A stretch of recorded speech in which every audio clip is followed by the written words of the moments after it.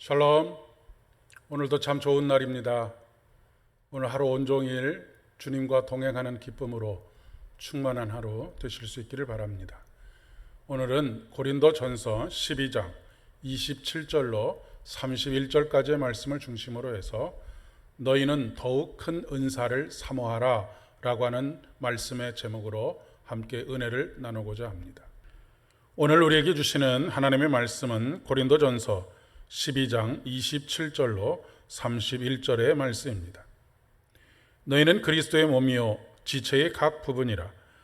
하나님이 교회 중에 몇을 세우셨으니 첫째는 사도요, 둘째는 선지자요, 셋째는 교사요, 그 다음은 능력을 행하는 자요, 그 다음은 병 고치는 은사와 서로 돕는 것과 다스리는 것과 각종 방언을 말하는 것이라. 다 사도이겠느냐, 다 선지자이겠느냐, 다 교사이겠느냐, 다 능력을 행하는 자이겠느냐, 다 병 고치는 은사를 가진 자이겠느냐, 다 방언을 말하는 자이겠느냐, 다 통역하는 자이겠느냐. 너희는 더욱 큰 은사를 사모하라. 내가 또한 가장 좋은 길을 너희에게 보이리라. 아멘. 우리나라는 어떤 모임을 가지게 되면 가장 먼저 하는 일이 서열 정리입니다. 보통 나이 순으로 서열을 정리하곤 합니다. 어떤 경우에는 직위를 가지고 상하 관계를 규정하기도 합니다. 요즘은 갑을 관계가 심각한 사회적인 문제가 되기도 합니다. 오랜 세월 동안 우리나라를 지배해왔던 왜곡된 유교 문화와 군대 문화 같은 것들이 영향을 많이 끼쳤으리라 그렇게 생각이 됩니다. 교회 안에도 이러한 문제는 여전히 존재합니다. 직분을 계급으로 생각하는 경향들이 아직도 농후하기 때문에 그렇습니다. 직분을 한 계단 한 계단 올라가는 것으로 생각을 합니다. 때문에 교회마다 직분자 선거를 하게 되면 그때마다 온 교회가 열병을 앓곤 하지요. 교회는 그리스도의 몸입니다. 그리고 교회를 이루고 있는 모든 구성원들은 지체의 각 부분입니다. 각 지체가 누가 더 높고 누가 더 낮은지, 누가 더 가치가 있고 누가 덜 가치가 있는지를 말하는 것은 어불성설입니다. 고린도 교회 안에도 똑같은 문제가 있었습니다. 은사에 따라 직분이 나누어지고 그 직분을 감당할 수 있도록 하나님께서 다시 은사를 허락해 주셨습니다.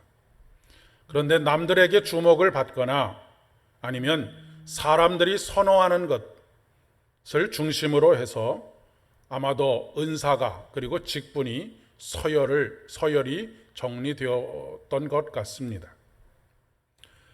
분명한 것은 은사는 선물입니다. 선물은 그 사람의 됨됨이나 자격에 의해서 받는 것이 아닙니다.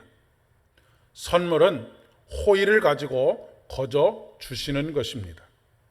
거저 받은 선물을 가지고 내가 이런 선물을 받았으니 하나님께서 나를 더 사랑하신다라고 생각한다거나 아니면 내가 더 중요한 직분을 맡았다라고 생각하는 것은 참으로 어리석은 생각입니다. 모든 은사는 하나님의 선하신 의도에 따라서 주어지는 것입니다.